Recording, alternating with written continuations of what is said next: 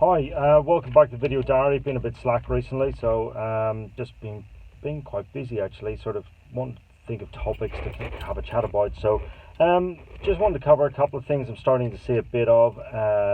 Laminitis, just be wary of it. It is around. Just be careful of feed intake. We've had rain. We're getting heat again. It's perfect grass growing areas, time. So just be aware of that. The other thing we're starting to see an increased incidence of is inflammatory airway disease. Now, in simple terms, it's asthma. So anything that can cause asthma in people can cause asthma in horses. So our two big areas are dust and pollens. Pollens are also implicated in head shaking, so we are seeing an increased incidence of that as well. So inflammatory airway disease, characteristics of it are generally the horse got a low-grade cough. They're not quite right. The other thing they tend to have is a bit of exercise intolerance, and so they'll not cope with exercise as well. So, and even then, when they're standing in the tie-ups or they're just standing in the paddock, the respiratory rate will be increased. So, normal respiratory rate up to about 12 in an adult horse. Some of these horses are standing breathing at 20 breaths per minute.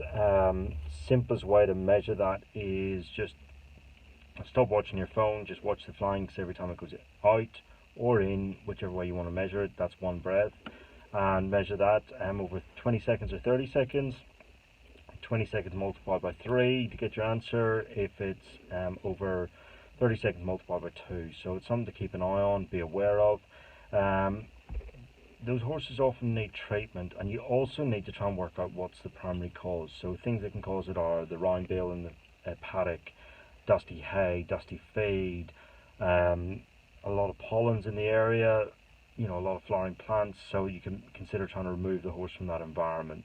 Not a lot of Australian horses are stable full time, so it's probably not a big thing, but in the race horses we definitely see horses that are boxed with dust, so you need to change the bedding and try and reduce their load. So that's something to be aware of. While removing the cause is often very good and can reduce symptoms, you often do need to instigate some form of treatment to try and settle it all down. So it's a little bit like a ball rolling down the hill. You'll slow it down a bit with removing the allergens, but until you actually sort of settle the lungs down, your horse won't return to normal.